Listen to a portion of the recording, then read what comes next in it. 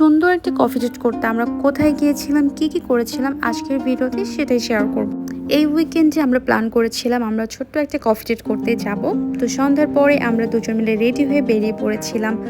অনেকদিন পরে আমরা রিক্সাতে করে যাচ্ছিলাম, আর রিক্সাতে করে ঘুরতে আমাদের দুজনেরই অনেক বেশি ভালো লাগে। আমরা আমাদের কফি ডেটের জন্য খুব সুন্দর একটা কফি শপ সিলেক্ট করেছিলাম।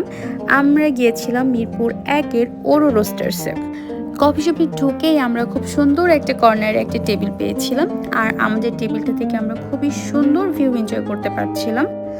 কফি শপের অ্যাম্বিয়েন্সটা খুবই সুন্দর লেগেছে আমার কাছে। এটা খুবই সুন্দর সিনচাম আর গোছানো। এটা খুব একটা বড় না, তবে একদম ছোটও না, খুবই সুন্দর।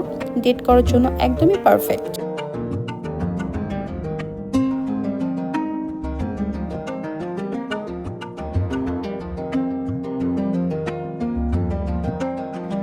দেন আমরা মেনু দেখে আমাদের অর্ডারগুলো প্লেস করে দিলাম, আর এখানকার প্রাইসগুলো আমার কাছে বেশ রিজনেবলি লেগেছে।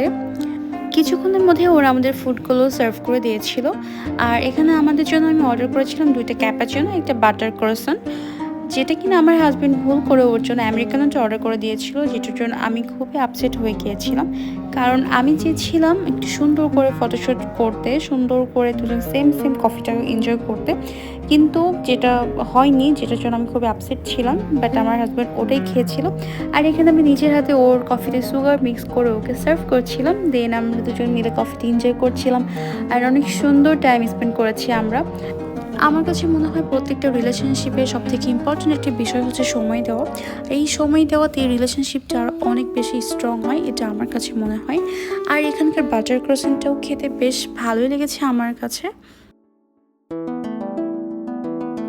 দেন আমরা অর্ডার করেছিলাম একটা মাশরুম স্যুপ, আর এই স্যুপটা কিন্তু সত্যি অনেক বেশি টেস্টি ছিল। আমি সবাইকে সাজেস্ট করব এই স্যুপটা একবার হলেও অবশ্যই ট্রাই করবেন। স্যুপের পরিমাণটাও অনেক ভালোই ছিল। আমরা দুজন মিলেও এটা শেষ করতে পারছিলাম না, কারণ আমরা অলরেডি ফুল হয়ে গিয়েছিলাম। খাওয়া দাওয়া শেষ করে আমরা বসে কিছুক্ষণ গল্প করলাম। দেন দুজনকে কিছু পিকচার ক্লিক করে দিলাম। এরপর রং ঢং করে আমরা এখান থেকে বের হয়ে গেলাম। আর পাশেই ছিল আড়ং, তো ভাবলাম আমরা আড়ং থেকে একটু ঘুরে যাই। আড়ংয়ে যাওয়ার সামনেই দেখতে পেলাম ফুলের দোকান, আর ফুল দেখলে তো আমার মাথায় ঠিক থাকে না।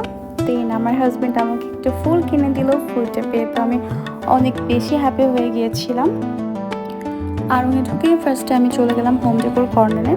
আড়ংয়ে আমার সবথেকে পছন্দের আইটেমগুলোর মধ্যে হচ্ছে হোম ডেকোর আইটেমগুলো, যেগুলো দেখলে কিনা আমার মাথায় ঠিকই থাকে না, আমি কি নিব না এটা বুঝতেই পারি না। আর এখন আমার নতুন সংসার, আমি যেখানেই যাই শুধু হোম ডেকোর আইটেমগুলো আমার চোখে পড়ে। কিভাবে আমার সংসার সাজাবো, মাথার মধ্যে সবসময় এই চিন্তা এখন ঘুরপাক করে। আড়ংয়ে যাওয়ার আমার মেইন উদ্দেশ্যই ছিল কিছু ক্যান্ডেল নেওয়া, তবে আমার চোখে তেমন নতুন কিছুই চোখে পড়ে নাই। যা ছিল সবই খুবই কমন, আমি আগেও অনেকবার দেখেছি। এর মধ্যে থেকেও আমি কিছু দেখে শুনে কিছু ক্যান্ডেল নিয়েছি। আর কি কিনেছি সেটা দেখতে হলে অবশ্যই আমার পরের ব্লগটা দেখতে হবে। আমি পরে একটা আড়ং হল ভিডিও করব।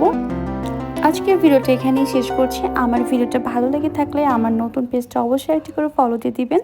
দেখা হচ্ছে নেক্সট ব্লগে। সে পর্যন্ত সবাই ভালো থাকবেন। আল্লাহ হাফেজ।